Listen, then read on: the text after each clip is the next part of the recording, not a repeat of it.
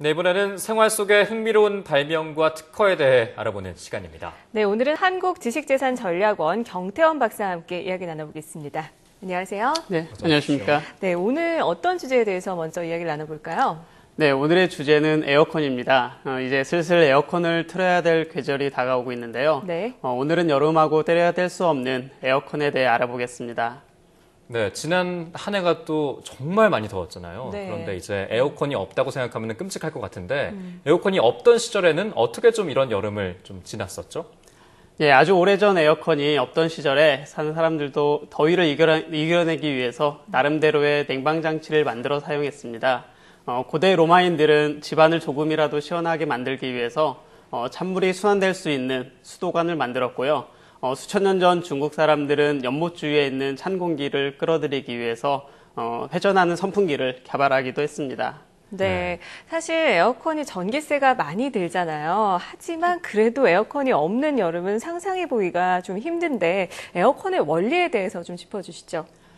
네, 먼저 에어컨 같은 경우에는 기화열을 이용한 냉각 장치입니다. 액체가 기체로 변할 때는 열을 흡수하고 기체가 액체로 응축될 때에는 열을 방출하는 성질을 가지고 있습니다. 에어컨은 그런 원리를 이용해서 주변의 온도를 빼앗아 다시 차갑게 만드는데요. 네. 이에 필요한 압축기, 응축기, 팽창 밸브, 증발기 등이 에어컨 안에 들어가게 됩니다.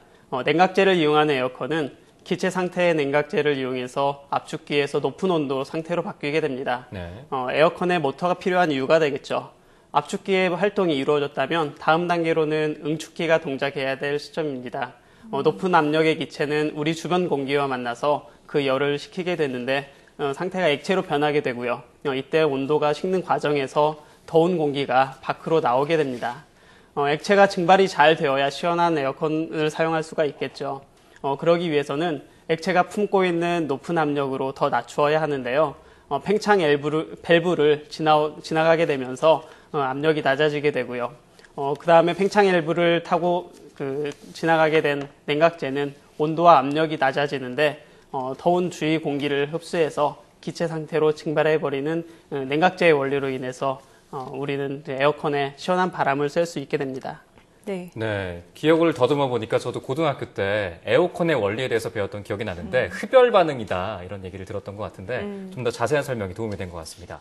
그렇다면 우리가 사용하고 있는 현대식 에어컨은 어떤 원리로 좀 작동이 되고 있는 거죠? 네, 에어컨은 1902년에 미국의 윌리스 캐리어 박사가 처음으로 발명을 했습니다.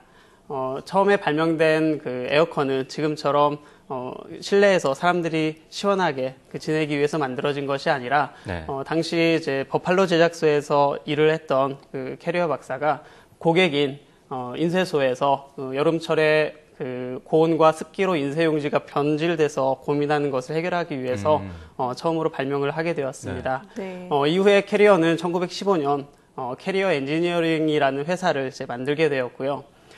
인쇄물을 위해 고안된 이 장치가 더위를 식혀주기 위한 용도로 사용된 때는 발명이 된 20년 후인 1922년 정도부터 네. 사용하게 됐고요. LA에 있는 극장에 설치되면서 본격적으로 사용하게 되었습니다. 네. 그 이후에 이제 1924년 디트로이트 백화점에서 에어컨이 설치되면서 현대식 에어컨이 만들어지게 되었습니다.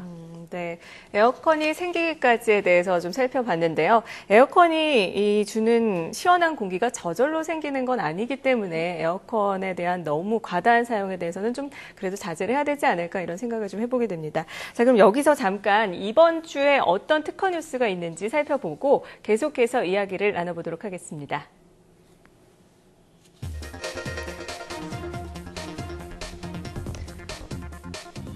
중소기업청과 특허청은 대학생의 창의적인 아이디어를 창업과 사업화로 연결할 수 있도록 지원하는 창의적 지식재산 사업화 지원 사업을 실시한다고 밝혔습니다. 최근 들어 남성과 중장년 여성들의 화장품 수요가 늘어나면서 화장품의 소비 대상이 넓어지고 색상 선택도 다양해짐에 따라 화장품의 색상과 관련된 용어가 포함된 상표 출원이 급격히 증가하는 것으로 나타났습니다. 차세대 전력망 사업인 스마트 그리드 관련 특허 출원이 감소한 것으로 나타났습니다.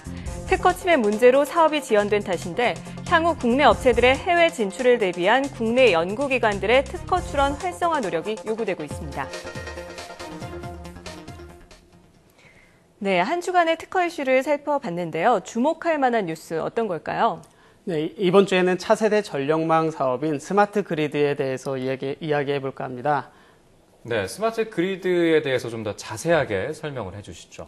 네, 스마트 그리드 하면은 기존의 전력망을 이용해서 전력망에 정보통신 기술을 이용을 해서 공급자와 소비자 간 양방향으로 실시간 전력 정보를 교환함으로써 에너지 효율을 최적화하는 차세대 전력망을 의미합니다. 네.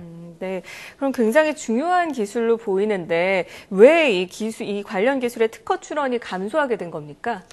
네, 스마트 그리드 국가 로드맵이 확정된 2010년 전후로는 특허권 선점을 위해서 특허 출원이 활발하게 이루어졌습니다. 하지만 이제 원격 검침 인프라 구축 사업 지원과 스마트 그리드 시장의 개화 지연에 대해 우려가 특허 출원의 감소로 이어진 것으로 풀이되고 있습니다. 네. 특히 스마트 그리드의 핵심이라고 할 수 있는 원격 검침 인프라 구축 사업에서 통신칩 호환 문제와 함께 국내 기업 간 특허 침해 문제가 불거진 것도 특허 출원 감소 원인 중에 하나로 보고 있습니다. 네, 그렇다면 좀 해외에 눈을 돌려서 지금 현재 세계 시장에서의 스마트 그리드 시장에서 우리나라가 경쟁력이 어느 정도가 있는지 말씀을 해주시죠. 네, 구체적인 수치로 설명드리기는 좀 쉽지는 않습니다. 하지만 분명한 것은 미국과 유럽의 일부 기업들이 원격 검침 인프라 관련 시장의 70% 이상을 차지하고 있는 상황을 감안할 때 자칫 국내 기업이 특허 분쟁 시 국내 기업이 무방비 상태로 그런 상태가 될 수 있다는 것에 네. 대해서 좀 걱정이 됩니다. 최근 국내 기업이 이라크에서 536억 원 규모의 원격 검침 인프라 사업을 수주한 것으로 알고 있습니다. 네. 이처럼 우리나라 기업의 해외 시장 진출이 가시화되고 있지만 국내 기업 및 연구소의 해외 특허 출원 비율이 국내 출원 8건당 1건으로 저조하게 나타나고 있습니다.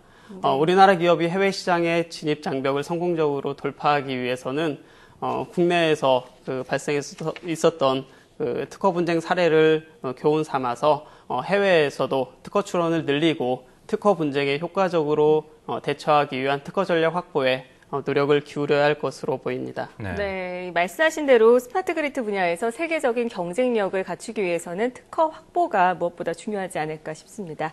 자, 지금까지 한국지식재산전략원 경태원 박사와 이야기 나눠봤습니다. 오늘 말씀 고맙습니다. 고맙습니다.